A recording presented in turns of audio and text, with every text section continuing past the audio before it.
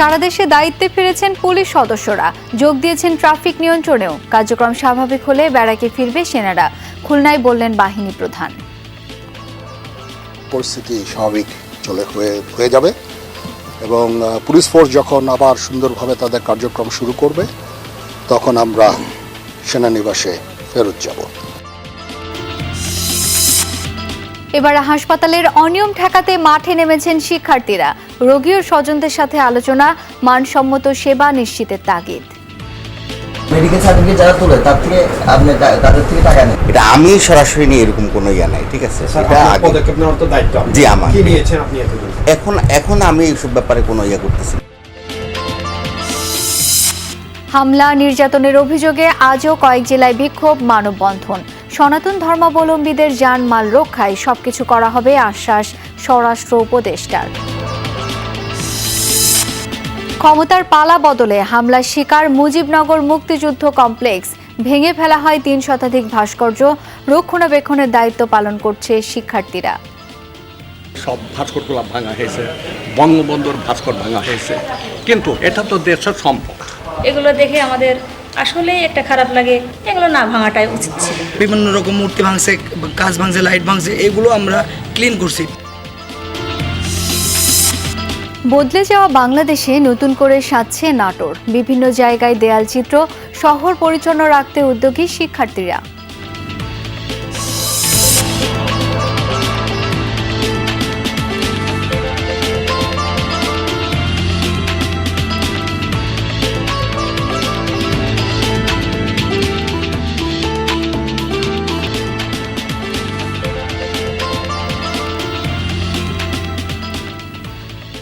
আমন্ত্রণ বিরতিহীন সংবাদ সারা দেশে। আপনাদের সঙ্গে আছি আমি শাওন দত্ত। এতক্ষণ শিরোনাম দেখছিলেন। কর্মবিরতি প্রত্যাহারের পর সারা দেশের থানায় ফিরেছেন পুলিশ সদস্যরা। নিজেদের পোশাক পরেই স্বাভাবিক কার্যক্রম শুরু করেছেন তারা। তবে কয়েক জায়গায় সাদা পোশাকেও দায়িত্ব পালন করছেন। এক সপ্তাহ পর দায়িত্বে ফেরা পুলিশ সদস্যদের ফুল দিয়ে স্বাগত জানায় নওগাঁর ছাত্র জনতা। কর্মস্থলে ফিরেই সড়ক ও জেলার 11 থানায় কাজে নেমে পড়েন আইনশৃঙ্খলা রক্ষা বাহিনীর সদস্যরা। আমরা খুব অনুপ্রাণিত বোধ করছি এবং আমাদের সর্বোচ্চ দিয়ে নওগাঁর জনগণের জানমালের নিরাপত্তা বিধানের জন্য আমরা কাজ করে যাব। ময়মনসিংহে পুলিশকে ফুল দিয়ে বরণ করে নেয় বৈষম্য বিরোধী ছাত্র আন্দোলনের সমন্বয়করা। এরপরই জেলার 14টি থানায় একযোগে আনুষ্ঠানিকভাবে শুরু হয় কার্যক্রম। ঝিনাইদহে কাজে ফেরায় পুলিশ সদস্যদের ফুল দিয়ে বরণ করে নেয় শিক্ষার্থীরা। দ্রুততম সময়ে শুরু হয় সেবাদান কার্যক্রম। জামালপুর সদর থানাসহ জেলার 6 উপজেলায় পুলিশ সদস্যরা কাজে যোগদান করেছেন। এ সময় শিক্ষার্থীরা পুলিশ লাইন্সে গিয়ে তাদের ফুল দিয়ে স্বাগত জানায়। নিহতদের জন্য দোয়া করেন তারা। পরে পুলিশ লাইন্স পরিষ্কার পরিচ্ছন্নতার কাজে অংশ নেয় ছাত্রছাত্রীরা। মেহেরপুরের সব থানা ও ইউনিটে কার্যক্রম শুরু করেছে জেলা পুলিশ।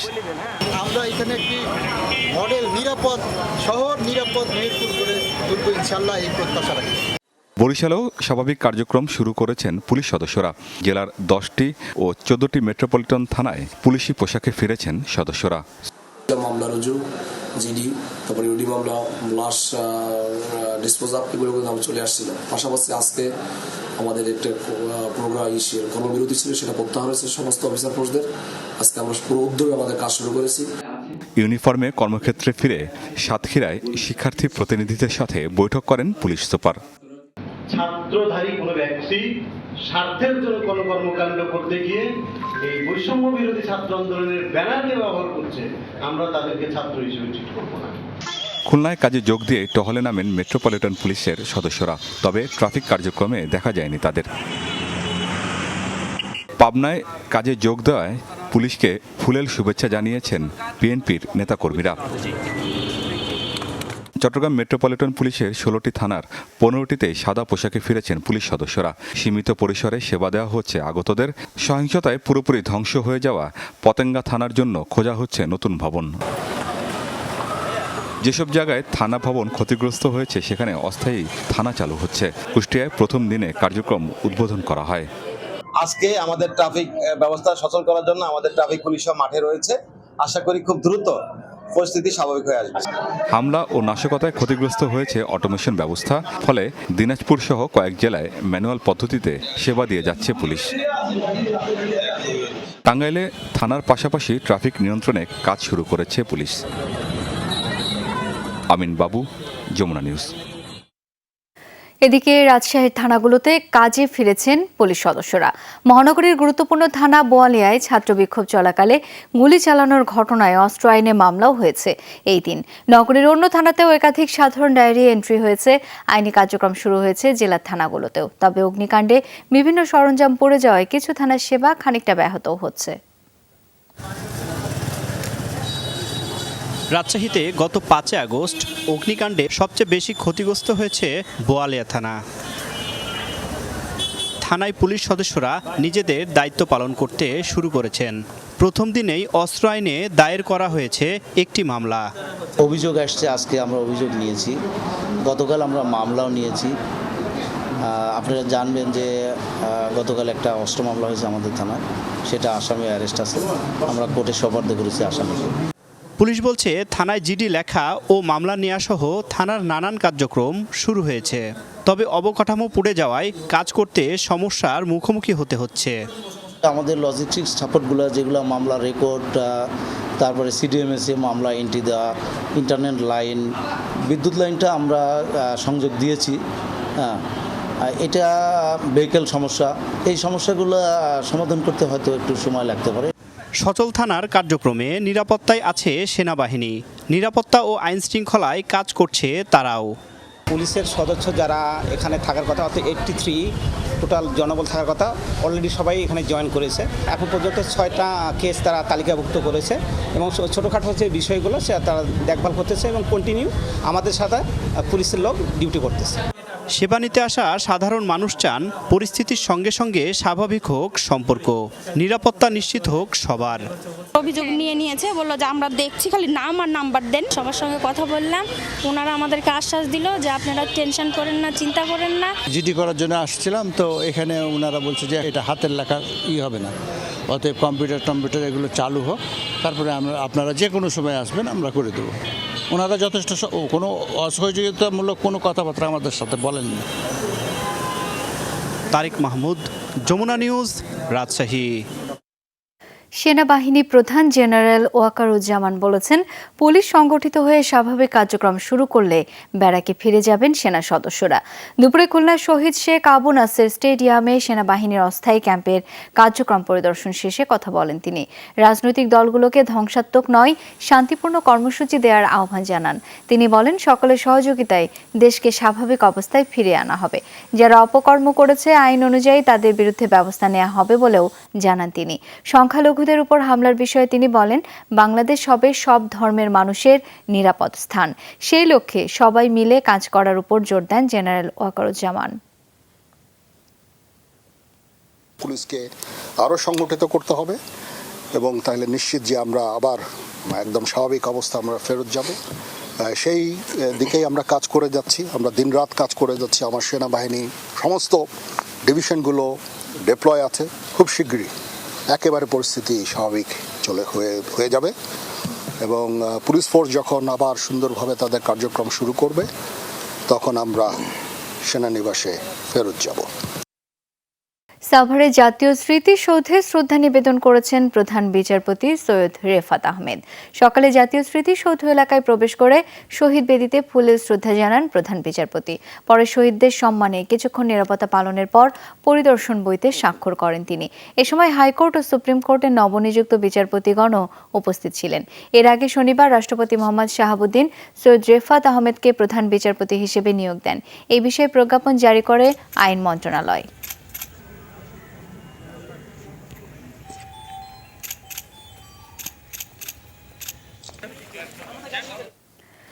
এদিকে প্রধান বিচারপতির পর জাতীয় স্মৃতিসৌধে বীর শহীদদের প্রতি শ্রদ্ধা জানান অন্তর্বর্তীকালীন সরকারের দুই উপদেষ্টা বিধান রঞ্জন রায় ও সুপ্রদীপ চাকমা। সকালে সাভার জাতীয় স্মৃতিসৌধে শহীদ বেদিতে শ্রদ্ধা নিবেদন করেন তারা। শহীদের সম্মানে পালন করেন নিরাপত্তা। পরে পরিদর্শন বইতে স্বাক্ষর করেন তারা। বৈষম্য রোধ করে জনগণের আশা আকাঙ্ক্ষা পূরণ করতে কাজ করার আশ্বাস দেন এই দুই উপদেষ্টা। এ সময় উপস্থিত ছিলেন বিভিন্ন দপ্তরের উচ্চপদস্থ কর্মকর্তারাও।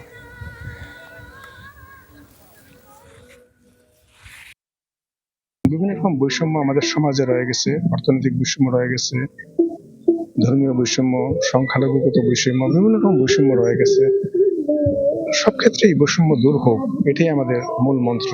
1-1.5 মাসে যা হয়েছে তাদের একটা এক্সপাইরেশন আছে, তারা কেন করেছে, এগুলি আমাদের প্রতিজনেই, আমরা যতজন অ্যাডভাইজার আছে আমরা জানি যে আমাদের কি মহান দায়িত্ব।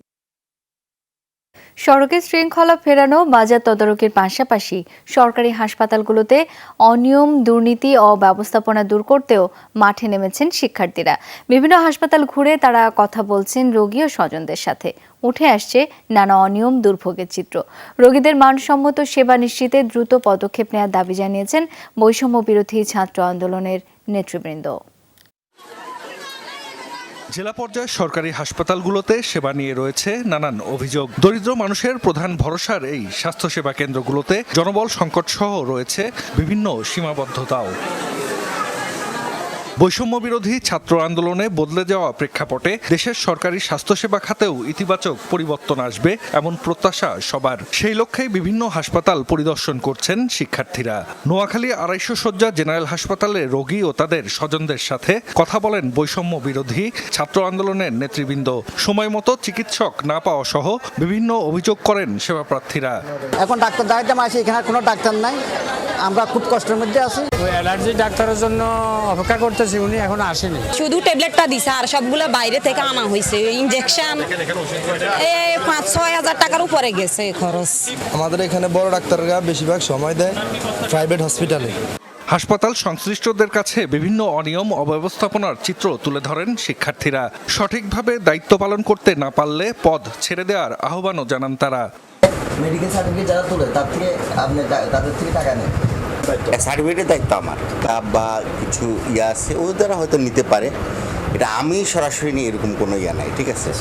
পদক্ষেপ নেওয়ার তো দায়িত্ব জি আমার। কি নিয়েছেন আপনি এতদিন?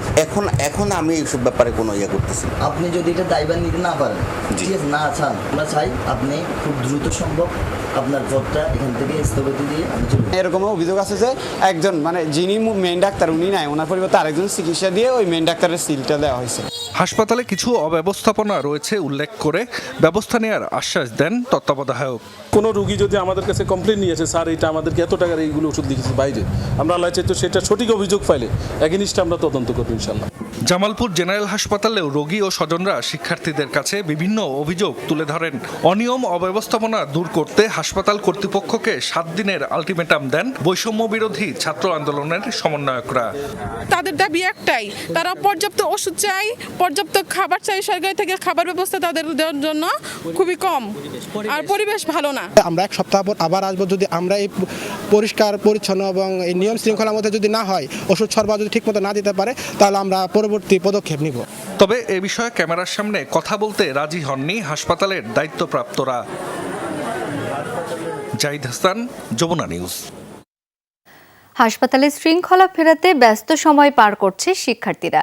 গত 3 দিন ধরে তারা ঝিনাইদহ 250 শয্যা হাসপাতালের সেবা তদারকি করছেন। হাসপাতালের খাবারের মান, পরিষ্কার পরিচ্ছন্নতা সহ বিভিন্ন কর্মকাণ্ড দেখাশোনার দায়িত্ব কাঁধে তুলে নিয়েছেন তারা। রোগী ও স্বজনদের সাথে কথা বলছেন ছাত্রছাত্রীরা। একই সাথে চিকিৎসকদের সাথেও বিভিন্ন কাজের সমন্বয় করছেন। তারা জানান, হাসপাতাল পরিষ্কার পরিচ্ছন্ন রাখা থেকে শুরু করে ফ্যান লাইট জ্বলছে কিনা, রোগীরা সঠিক সেবা পাচ্ছে কিনা, সেই সাথে হাসপাতালে যানবাহন শৃঙ্খলা আনতে কাজ চলছে।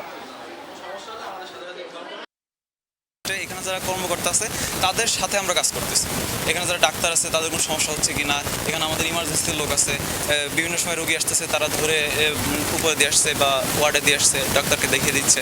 তো আমাদের কর্মসূচি এটাই আমরা শুরু করছি এবং আমরা এটা কিছুদিন চলমান রাখবো। এটা তো আমার কাছে ভালোই মনে হচ্ছে, কারণ এটা নিয়ম শৃঙ্খলার ভিতরে আছে, সব কিছু সুন্দরভাবে হচ্ছে। এদের অবশ্যই উপকার হবে, ছেলে মেয়েরা যে হেল্প করছে উপকার হবে। এদিকে জামালপুর আঞ্চলিক পাসপোর্ট অফিস পরিদর্শন করেছে বৈষম্য বিরোধী আন্দোলনের শিক্ষার্থীরা। দুর্নীতি বন্ধে কর্মকর্তা কর্মচারীদের হুঁশিয়ারি দেন তারা। সকালে বিজয় চত্বর পাসপোর্ট কার্যালয়ে গিয়ে ভুক্তভোগীদের সাথে কথা বলেন শিক্ষার্থীরা। এ সময় 3 দালালকে আটক করে সেনাবাহিনীর হাতে তুলে দেওয়া হয়। সাহায্য কেন্দ্র স্থাপন সহ দ্রুত অনিয়ম বন্ধ না হলে আইনি পদক্ষেপ গ্রহণের কথাও জানান শিক্ষার্থীরা। দুর্নীতির বিষয়ে শিক্ষার্থীরা প্রমাণ করলেও তা অস্বীকার করেছেন পাসপোর্ট অফিসের সহকারী পরিচালক। যদি আপনারা টাকা টাকা দেন, আমাদেরকে যদি এই পরিমাণ টাকা দেন তাহলে আমরা আপনাদের কাজটা গেটে বাইরে থেকেই করে দিব। কেন আমরা এটা হেনস্থার শিকার হচ্ছি? প্রতিনিয়ত এখানে দালালের মাধ্যমে মানুষ হেনস্থা হচ্ছে, তাদের সাথে সক্রিয়ভাবে তারা জড়িত, টাকা নিচ্ছে, মানে অবৈধভাবে টাকা নিচ্ছে। কখনোই কোনো দালালের এখানে প্রবেশের অধিকার নাই। শুধু আবেদনকারী আবেদন নিয়ে আমার অফিসে ঢুকে আমি তাদের আবেদন সঠিক পেলে আমি জমা নিয়ে নিই এবং সঠিক সময় তাদের বই দিয়ে দিই। কুমিল্লায় বৈষম্য বিরোধী ছাত্র আন্দোলনে অংশ নিয়ে গুলিবিদ্ধ অনেকেই এখনও কাটাচ্ছেন হাসপাতালে। চিকিৎসা চালাতে হিমশিম খাচ্ছে হতদরিদ্র পরিবারগুলো। অনেকের ক্ষত গুরুতর হয়, সেরে উঠতে সময় লাগবে বলে জানিয়েছেন চিকিৎসকরা। সপ্তম শ্রেণী পড়ুয়া কামরুল হাসান আন্দোলনে গুলিবিদ্ধ হয়ে গত কয়েকদিন ধরে কুমিল্লা মেডিকেলের এই শয্যাতেই কাটছে তার সময়। কবে সুস্থ হবে আর কবে ফিরতে পারবে স্কুলের বন্ধুদের কাছে তা এখনো অজানা। আমরা কিছু নেই অস্ত্র আমরা কিছু নেই তো হেরা মানে আমার থেকে ছোট ছোট বলাবাদ মানে গুলি চালাইতেছে। তা আমিও গেছিলাম আন্দোলনে, মানে ছাত্র দলের আন্দোলনে গেছিলাম, তারপর আমারে পুলিশে গুলি করছিল। গেল ৫ আগস্ট কুমিল্লায় বৈষম্য বিরোধী ছাত্র আন্দোলনে গুলিবিদ্ধ হয় কামরুল। সেই থেকেই ধার দেনা করে তার চিকিৎসা চালাচ্ছে পরিবার। দীর্ঘমেয়াদী চিকিৎসা ব্যয় কিভাবে মেটাবে তা নিয়ে চিন্তিত দরিদ্র কামরুলের মা। 6টার দিকে খবর পাইয়া তখন আমার বারাটির ছেলে এরপরে হেরে মেডিকেল নিয়ে এসছে। টাকা লাগে মনে করেন পারি না, হেরা রাত্রে চিকিৎসা করতে পারি না, এভাবে চিকিৎসা চলছে না। পরের দিন সকালে আমি দাঁড় করে আইন না সবার থেকে, তখন হেরা চিকিৎসা চালাইতেছি। চিকিৎসকরা জানান গুলির আঘাতে পায়ের হাড় ভেঙেছে কামরুলের। পুরোপুরি সেরে উঠতে আরও সময় লাগবে। যেখানে বুলেটটা বিদ্ধ হয়েছে সেখানে পা ভাঙা আছে, তো সেটা আমরা আমাদের যে অর্থোপেডিক্স যে ডিপার্টমেন্ট, হ্যাঁ, তাদের মতামত নিয়েছি, তার অপারেশন করেছে এবং এখন অন ট্রিটমেন্টে আছে। সরকারিভাবে এই হাসপাতালের সকল সুযোগ সুবিধা তাকে দেওয়া হয়েছে। এই ছেলেটার চিকিৎসা দীর্ঘমেয়াদী চিকিৎসার প্রয়োজন হবে এবং তাকে সর্বত্রভাবে সকলের সহযোগিতা প্রয়োজন হবে। শুধু কামরুলই নয়, হাসপাতালের তথ্য মতে গেল কদিনের সহিংসতায় গুলিবিদ্ধ অন্তত 200 জনকে চিকিৎসা দিয়েছেন তারা। এর মধ্যে কয়েকজনের অবস্থা এখনও আশঙ্কাজনক। জারিন অনি, যমুনা নিউজ। সনাতন ধর্মাবলম্বীদের উপর হামলা, নির্যাতন সহ নানা অভিযোগ এনে সমাবেশ ও মানববন্ধন হয়েছে কয়েক জেলায়। গোপালগঞ্জে বিক্ষোভ সমাবেশ করেন সনাতন ধর্মাবলম্বীরা। অভিযোগ করেন দেশে হিন্দু সম্প্রদায়ের উপর নির্যাতন চালানো হচ্ছে, বাড়িঘর ভাঙচুর ও লুটপাট করা হচ্ছে। নির্যাতন বন্ধ, জড়িতদের বিরুদ্ধে কঠোর ব্যবস্থা সহ 8 দফা বাস্তবায়নের দাবি জানান সনাতন ধর্মাবলম্বীরা। ব্রাহ্মণবাড়িয়া প্রেস ক্লাবের সামনে জড়ো হয় সনাতন ধর্মাবলম্বীরা। 8 দফা দাবিতে বিক্ষোভ করেন তারা।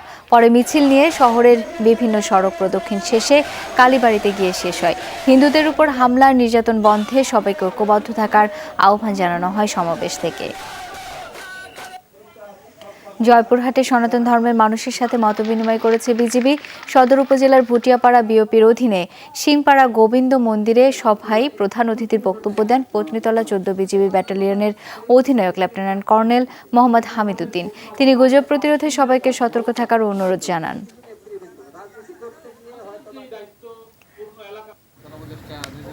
মানিকগঞ্জের সিংগাইরে একটি পূজা মণ্ডপ ও থানা পরিদর্শন করেছেন সেনাবাহিনীর 9ম পদাতিক ডিভিশনের GOC major general Mohammad Moin Khan. সনাতন ধর্মাবলম্বীদের বিভিন্ন বিষয়ে খোঁজ খবর নেন তিনি। বলেন, শেষ রক্তবিন্দু দিয়ে হলেও সেনাবাহিনী তাদের পাশে থাকবে।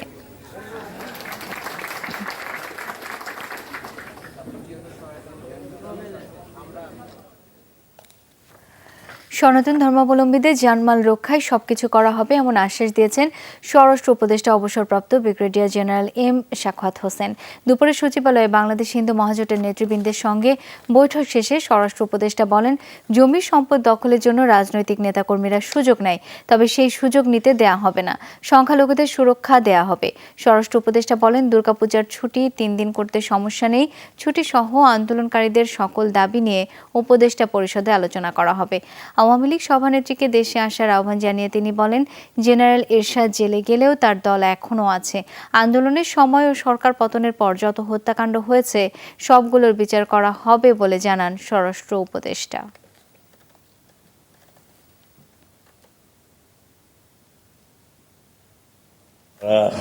বুঝে না বুঝে এক ধরনের আন্দোলন করে প্রচার করার চেষ্টা করছে, সেটা সঠিক নয়।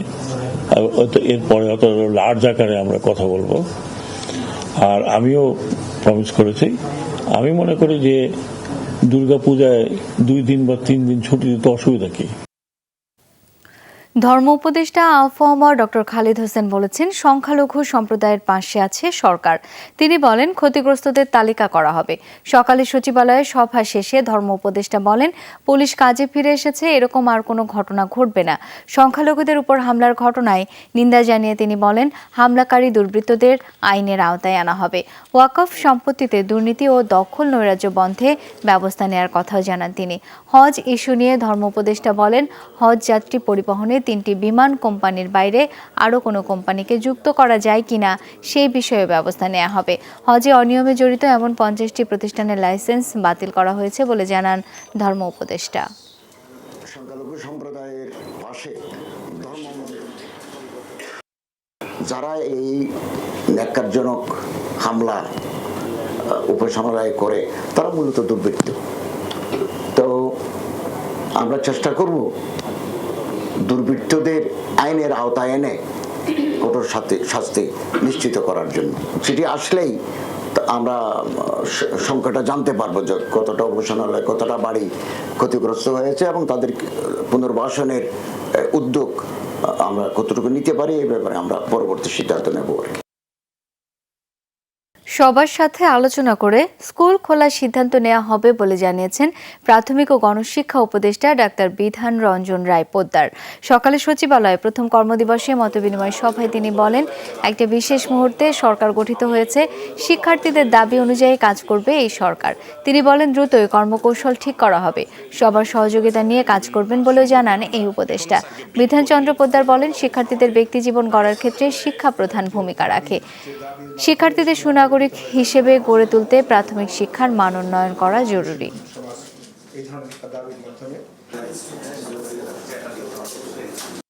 এই মুহূর্তে যেটা আমাদের প্রয়োজন সেটা হচ্ছে মানের উন্নয়ন করা, প্রাথমিক শিক্ষার মানের উন্নয়ন করা, যেন আমাদের শিশুরা সুনাগরিক হিসেবে গড়ে ওঠে এবং তারা অবদান রাখতে পারে।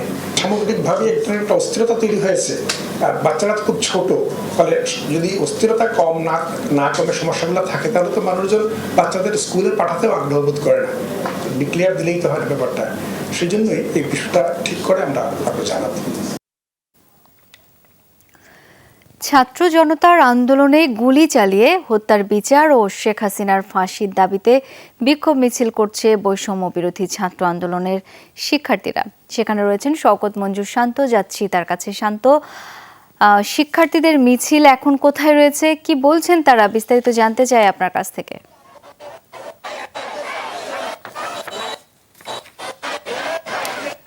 এখন মিছিল টিএসসি কে শাহবাগের দিকে এগিয়ে চলেছে। এই মুহূর্তে আমরা দেখছি অংশ নিয়েছে এবং ইতিমধ্যে বলতে হবে যে তারা কিন্তু রাজু ভাস্কর্যে একটা সমাবেশ করেছে এবং যে সমাবেশে তারা কিন্তু যে একটা সমাবেশ করেছে ছিল যে শিক্ষার্থী যে হত্যা করা হয়েছে বৈষম্য বিরোধী ছাত্র আন্দোলনে, সেই বিচারের ব্যবস্থা করতে হবে এবং শেখ হাসিনাকে এই হত্যাকাণ্ডের আসামি করে দ্রুত বিচার ট্রাইব্যুনাল গঠন করতে হবে, এমন একটি দাবি কিন্তু তারা করেছেন। একই সাথে 5 আগস্টের যে সরকার পতন হয়েছে এবং এর পরবর্তীতে বিভিন্ন প্রেক্ষাপটে যে ক্লু করার চেষ্টা করা হয়েছিল সেগুলো দমনের দাবি তারা করেছেন এবং পাশাপাশি বলেছেন ভবিষ্যতের বাংলাদেশ, নতুন বাংলাদেশে কোনো প্রকার চক্রান্ত কোনোভাবেই তারা হতে দিবেন না এবং শিক্ষার্থীদেরকে সজাগ থাকতে বলা হয়েছে যেন তারা যে কোনো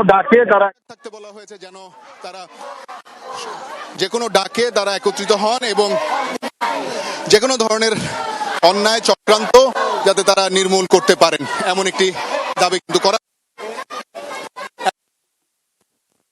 যারা সমর্থক রয়েছে তারা কিন্তু যে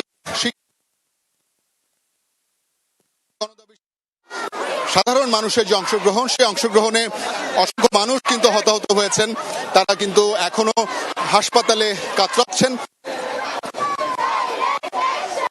এবং তাদের বিষয়ে যাদের সব ধরনের সহযোগিতা করে এবং নতুন যে উপদেষ্টারা মণ্ডলী হয়েছে সেই ক্ষেত্রে পররাষ্ট্র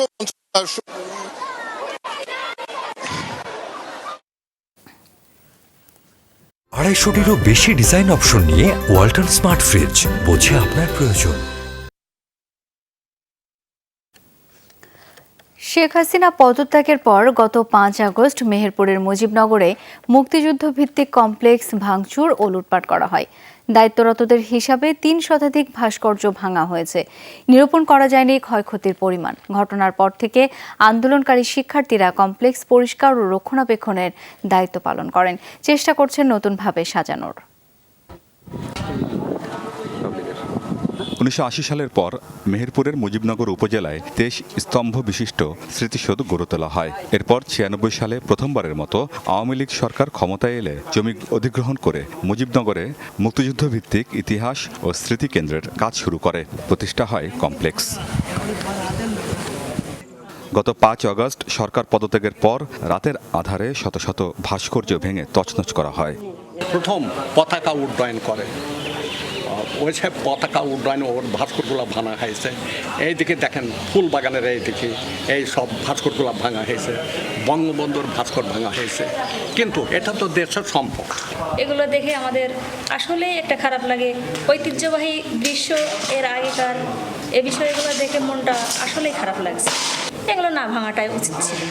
ভাঙচুর হওয়া ভাস্কর্য ও কমপ্লেক্স পরিষ্কার পরিচ্ছন্নতায় মাঠে নামেন শিক্ষার্থীরা। চেষ্টা চলছে গোটা কমপ্লেক্স নতুনভাবে সাজানোর।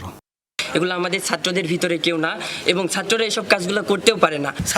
সব ছাত্রদেরকে ডেকে আমি মুজিবনগরটা পরিষ্কার করছিলাম। যে ধ্বংসলীলা ছিল, বিভিন্ন রকম মূর্তি ভাঙছে, কাজ ভাঙছে, লাইট ভাঙছে, এগুলো আমরা ক্লিন করছি। প্লাস আমাদের মেহেরপুরের সকল ছাত্র ভাইরা জানছে, ভাইরাও আসছিল, সকলে মিলে আমরা কাজটা পরিপূর্ণ করছি। আমরা চেষ্টা করছি যে আবার নতুন করে রং তুলির মাধ্যমে মুজিবনগরটাকে সুন্দর করে আমরা সাজাবো। ক্ষয়ক্ষতির পরিমাণ নিরূপণ করা হয়নি। কমপ্লেক্স পাহারার দায়িত্ব পালন করছেন আনসার সদস্যরা। বর্তমানে এখন কোনো আতঙ্ক নাই, আমরা খুবই এতে আছি। আমাদের পরে আল্লাহর রহমতে কোনো রকম কোনো সমস্যা হয়নি। আমরা যতদূর পারছি, আমরা এখানে যেহেতু আমরা নিরাপত্তার দায়িত্বে থাকি, আমরা নিরাপত্তা এখনো পর্যন্ত দিয়ে যাচ্ছি। আগের থেকে আমাদের পরে কোনো সমস্যা এখন পর্যন্ত হয়নি।